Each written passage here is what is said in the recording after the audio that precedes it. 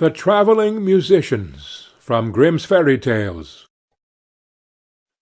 An honest farmer had once a donkey that had been a faithful servant to him a great many years, but was now growing old, and every day more and more unfit for work. His master, therefore, was tired of keeping him, and began to think of putting an end to him.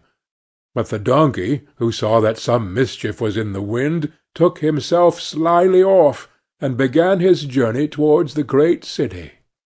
"For there," thought he, "I may turn musician." After he had travelled a little way, he spied a dog lying by the roadside, and panting as if he were tired.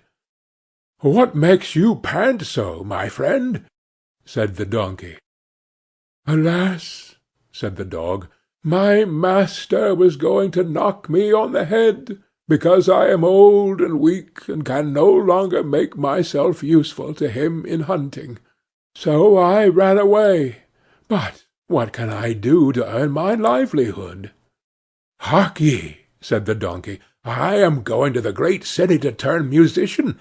Suppose you go with me, and try what you can do in the same way."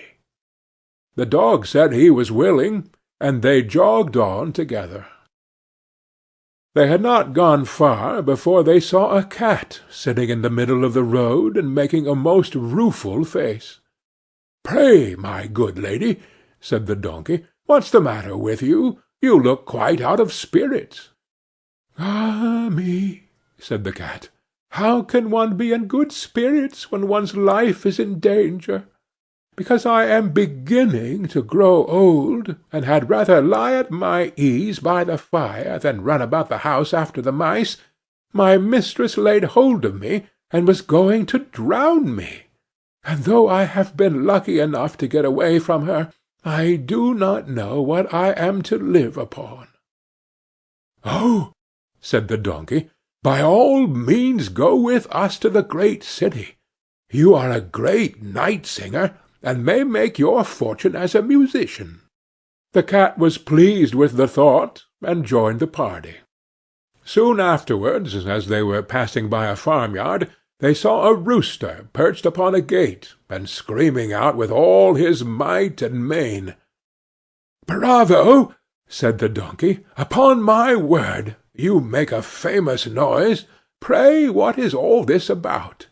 "Why," said the rooster, "I was just now saying that we should have fine weather for our washing day, and yet my mistress and the cook don't thank me for my pains, but threaten to cut off my head to-morrow, and make breath of me for the guests that are coming on Sunday."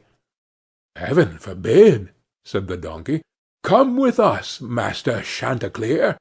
It will be better, at any rate, than staying here to have your head cut off. Besides, who knows? If we care to sing in tune, we may get up some kind of a concert. So come along with us." "With all my heart," said the rooster. So they all four went on jollily together. They could not, however, reach the great city the first day. So when night came on, they went into a wood to sleep.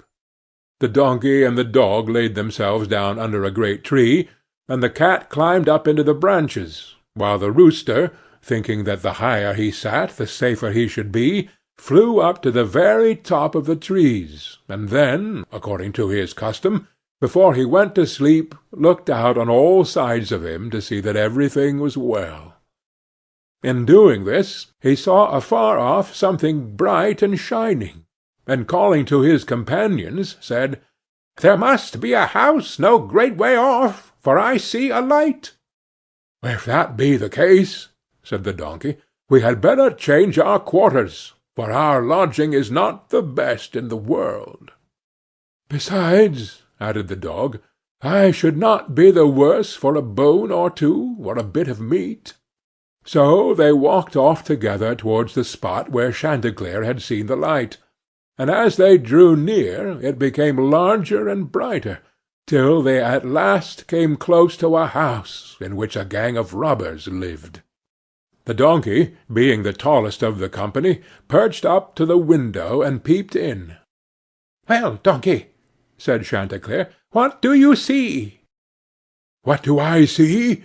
replied the Donkey. "Why, I see a table spread with all kinds of good things, and robbers sitting round it making merry." "That would be a noble lodging for us," said the Rooster. "Yes," said the Donkey, "if we could only get in." So they consulted together how they should contrive to get the robbers out, and at last they hit upon a plan. The Donkey placed himself upright on his hind legs, with his 4 feet resting against the window. The dog got upon his back, the cat scrambled up to the dog's shoulders, and the Rooster flew up and sat upon the cat's head. When all was ready, a signal was given, and they began their music. The Donkey brayed, the dog barked, the cat mewed, and the Rooster screamed. And then they all broke through the window at once, and came tumbling into the room, amongst the broken glass, with a most hideous clatter. The robbers, who had been not a little frightened by the opening concert, had now no doubt that some frightful hobgoblin had broken in upon them, and scampered away as fast as they could.